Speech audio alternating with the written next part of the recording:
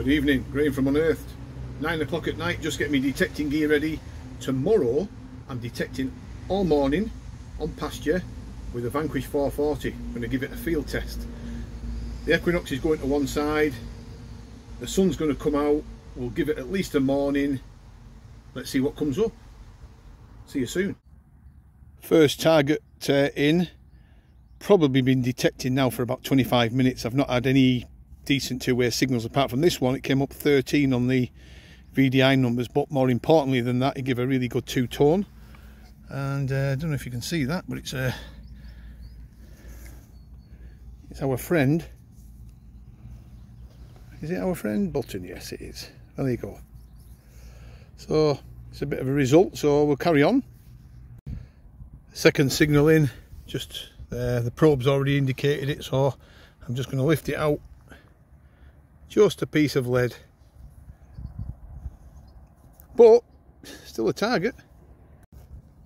Another target, and as you can see in the bottom, another piece of lead. And what's encouraging here is the amount of signals I'm getting, which is really surprising. Yes, a coin for the Vanquish. It's been about 20 minutes for a decent signal, and this was a really sweet high tone, coming up 20, 21 on the VDI. But the tone give it away, and there you look, a coin, and you can just see the imprint. There's the imprint of the coin, and it is a threepenny bit. It's a second threepenny bit off here. But you know what, I'm really pleased with that, because it just shows, you know, they keep coming back to these fields all the time and finding more and more. You can never get it all out. I mean, it's not an old coin, but it's a welcome find. Yeah, we're back on the old lead after a little bit of excitement. Never mind, still a find, you know, I'm still making finds, that's the thing. Another really good signal, it was jumping between high and low tones, which is always interesting. A quick switch over to all metal, it didn't indicate any iron tones, it just continued to be a mid to high tone. And just in the bottom corner, I don't know if you can see that. I just took my gloves off to show. I see a bit of bronze sticking out, so let's have a look. What's that down, about 6 inch?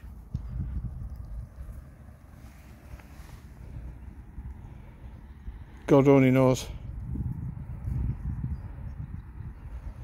It's got an oldish look to it, that, and an old patina. But what it's off, I'm not going to be able to get an identification on that straight away, unfortunately. But you know what's encouraging, I'm getting continuous finds. It's brilliant. Absolutely, I'm really enjoying this session. Apart from the sun, it's just getting a little bit hot. Another target, folks. It come at 19 high tone, and I'm looking down at the hole at this, and I'm thinking that possibly is a coin with a hole in the middle, and it damn well looks like silver to me. No, it's not. No, it's not a coin. Oh, that's interesting.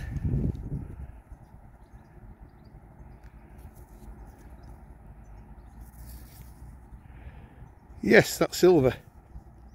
Wow, I haven't found silver on here for years. Look at that. I found something like this before, actually, similar to this, but it was, I think it was a little locket with a backside attached. This has got nothing on the back, but that is most certainly silver. You can see the design on it. I found something very similar with a hole in. I just remember finding it in York with a friend of mine years ago, very similar to that. Well, do you know what, I'm absolutely made up with that. I know it's nothing special, nothing ancient, but just nice to get a bit of silver with the Vanquish. It's done really well today, that machine. Really well. Right, let's give it another hour. Well, I've just got a target here, and it was jumping up again, mid-tone, high tone, 19, 18 on the VDI, and I've had to look about 3 or 4 times at this. I thought at first it was Roman, but I've never found anything Roman nearby here, and there's no real known Roman history in this area, but that does look remarkably like a fibula. I'm gonna just, you can see the staining, there's iron there as well. Can you see the iron staining there, look? So my doubts are already, oh hell, flicked it out. I'm trying to look at it through the no, but you can see, no, you can see why I thought it was a fibula, can't you? I don't know what that is, but it's certainly not Roman. I think it's got a bronze tube there and an iron shank. Just in the hole, it just looked like a Roman fibula. Oh, never mind. I would say a coin or a button, and I tell you now, that was deep. So these little vanquish, they're punch deep, especially on dry weather, on pasture. Can you just see that? I'll see if I can. There you go. That's either a coin or a button. And that is deep. That's down. Let's have a look. Let's have a look how deep it is. If I can get my probe out. Yeah, it's a fair depth. Right in the bottom of the hole. He says.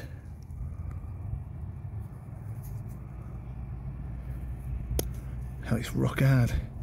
Got a chip missing out of it, like most of my coins these days. That is definitely a coin, not a button. I don't think. Could be a button. That could be the middle part, where the loop is. I don't think it is though. I think it's just crud. Looks to me like a halfpenny Victorian, and that was down good 8-inch, 7-inch. Cracking signal 19 on the scale. Another coin. Bloody hell! What a session this has turned out to be. Another coin, folks, but this time nothing to shout home about. A £1 coin. I probably lost this myself at some point. Shows you. Probably, I don't know, I've been dropped a few years ago, but right on the top. Another cracking signal, only down a couple of inches, and that looks to me to be a very broken part of a button. It is as well. Now, I'm going to call it a day because it's absolutely red hot. It's about 25 degrees today, 24 degrees, so just getting towards dinner time. But what a session with the Vanquish. We'll have a little bit of a roundup, I think, and show you the finds now. Right on lunchtime, and there is the finds minus a shotgun shell end, which I can't find where I've put. So it's probably dropped out of me pouch somehow, or it's jammed in the side. But we've got threepenny bit, that bit of silver, part of a locket, I think, coin, button, what we thought was a fibula but not, £1 coin, button, lead. Do you know, that's not a bad session for a couple of hours with the Vanquish. And people will probably want to know what I was using it on.